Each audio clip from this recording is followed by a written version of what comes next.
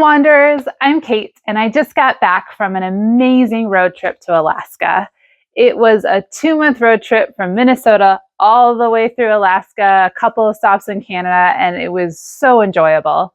But today I want to share with you my top 8 hikes in Alaska.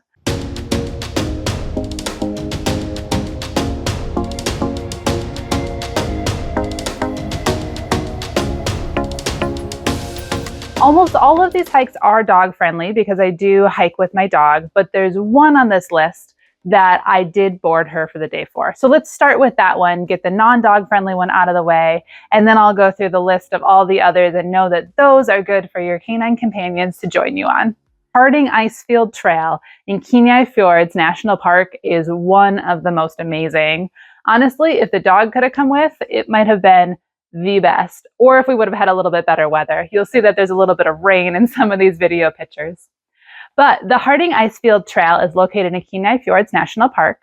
It's an 8.2-mile hike, and that's a round trip mileage for it. And there's about 1,000 feet of elevation gain, but you're going to work for some of that elevation gain. There's some parts of this hike that were a little bit of a slog, especially for us because it started raining just as the trail got really hard, so we really had to push through. But when you get up and into this hike, oh my goodness. I mean, even if you just go halfway, you're going to get wonderful views of the Harding Icefield and Exit Glacier.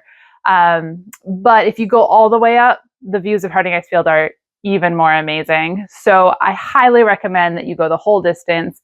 Don't visit Alaska and skip this hike. It is fantastic. You cannot actually walk out on the glacier unless you're with a tour group. People have done it, but it's not recommended. But beautiful views of the glacier, beautiful hike, really rewarding. And when you get done, there's some wonderful free camping in that area, and you can just enjoy the Seward area.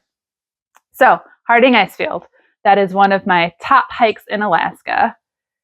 The next one on my list is also a strong contender for first place, Reed Lakes Trail.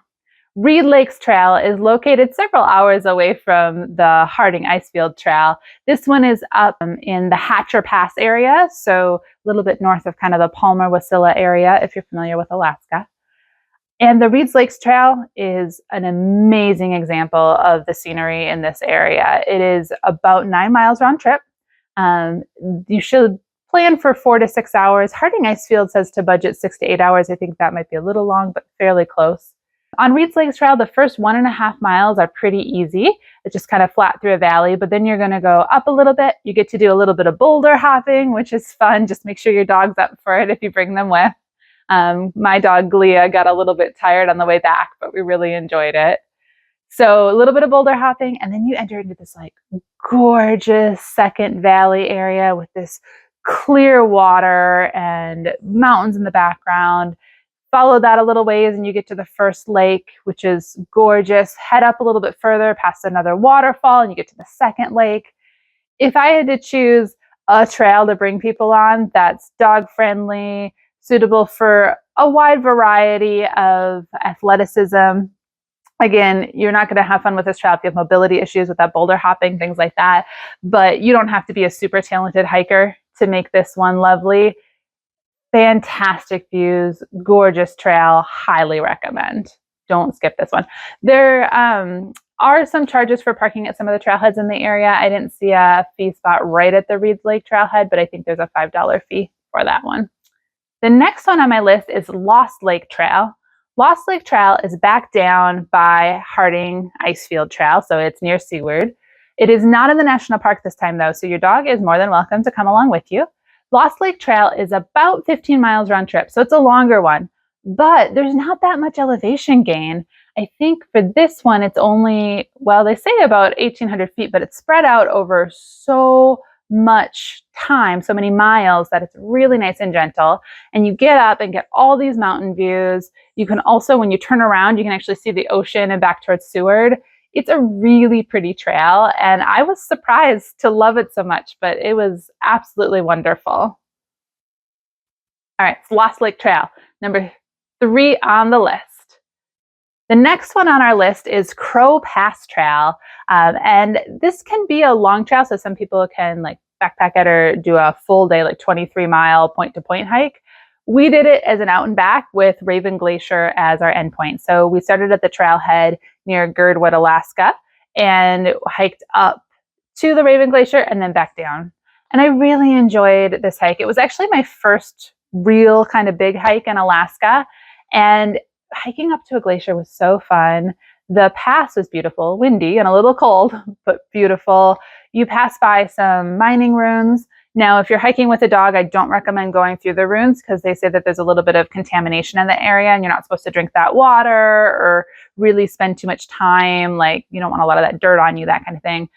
My dog drinks from everything. She rolls around on the ground all the time. So we took the high route up and you cross a couple little streams and it's wonderful trail, great views, highly recommend. About 2,000 feet of elevation gain on this time. It's about 8 miles round trip and it's 4 to 5 hours roughly. So that's another lovely trail. Next one on my list kicked my butt, but it was lovely up at the top. So Bird Ridge Trail, it's on the Turnagain Arm area. It's not too far from the trailhead to Crow Pass. It's only about 5 miles round trip, but in that 5 miles, you are going to gain almost 3,500 feet of elevation gain. So it's steep. And it's like gravelly, loose rock steep. So it's not that fun going up. You're huffing and puffing and it's hard. And it's not that fun coming down because you're slipping and sliding a little bit. So I didn't really enjoy the up and down parts. But oh my gosh, guys, the views from the top are just so amazing. So if you're feeling like a little bit of suffering for some amazing views, Bird Ridge could be worth it. You can look back into the Chugach mountain range, and you can also look kind of the way you come is on the Turnagain Arm. And so we enjoyed it because when we started, the tide was out and you could see a lot of the sand. And then we kind of watched the tide go in as we walked or looked back and kind of followed where we'd gone. But some beautiful, beautiful scenery here. Just be prepared for a hard hike up. All right, so that is Bird Ridge Trailhead. That one also has a $5 parking fee. The next one on my list is Portage Pass Trail. Now, Portage Pass Trail is in Whittier, Alaska, so it is through the Whittier Tunnel. In the winter, apparently, you can access it by snowmobiling across the lake there, but in the summer, go through the tunnel. The trailhead is on a road to the right after you get through the tunnel. This one is a shorter one. They call it kind of a family-friendly hike. You still need to have people who are willing to hike up a little bit. There's about 750 feet of elevation gain, and that's all in the first mile, so fairly steep.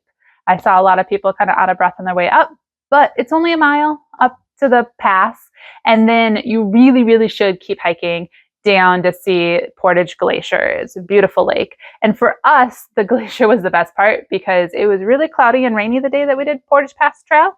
And so we got up to the pass and it was cloudy and rainy and you really couldn't see much. So I think this trail, the views would be better. My review of it would be a little bit better if I'd hiked it on a clear day. But regardless, we enjoyed it. It was a fun hike.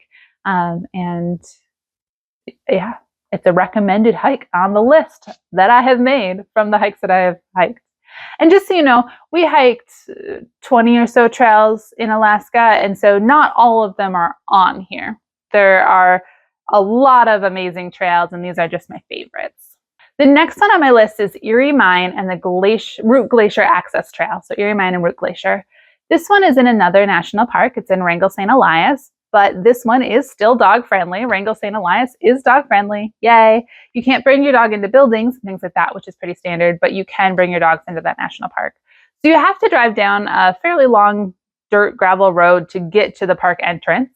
And then that park entrance is even a little bit further past where you can park your car. So you have to take a shuttle in. There's free shuttles, but for dogs, it's a $5 shuttle. So the one that dogs are allowed on, it's $5. It gets you to the main Kennecott mine mill area, and then you can hike from there. And if you start in the Kennecott mill town, it's going to be about an 8-mile round trip out for Erie Mine and Root Glacier. Now, here's the caveat. Erie Mine Trail has had some landslides and it's having some erosion and it is not fully maintained. So whether or not you can hike the whole way is going to be up to you, your skill level, how much you want to go around those washed out areas. Glia and I didn't make it all the way to the end, but we did make it quite a distance. And The cool thing about Erie Mine Trail is it follows the Root Glacier the whole way. So you're like up above this glacier on one side, mountains on the other side, all this gorgeous background scenery. It was a wonderful, pretty flat, easy trail. So there's not a lot of elevation gain on this one. It's relatively moderate. And then we hiked the Erie Mine Trail first, and then on our way back, we did the Root Glacier access. So this glacier, you can actually walk down to. So there's a little bit of elevation there, walk down to, and then you can walk on to the Root Glacier. We didn't bring, well, I didn't. I forgot my traction, my micro spikes in my car, and it was a whole 30-minute shuttle ride away. And so I didn't go back and get them. But for people who brought traction or who were willing to walk without traction on the glacier, but that's not recommended, you can go up and see the whole glacier and the cool blue ice. And it was so amazing, even from a distance. Now for us, I stayed down on the bottom part of the glacier. I did walk out on it with Leah. It was fun, but it was a little slick, and the bottom part kind of has a dirty look. So it just looks like old snow or something like that. But if you bring your traction, you can go all the way up, and it looked wonderful. And the last one on my list is Curry Ridge Trail.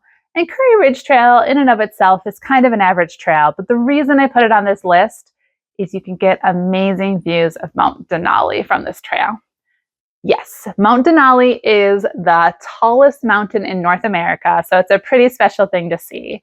And we were able to hike Curry Ridge and get wonderful views of that mountain.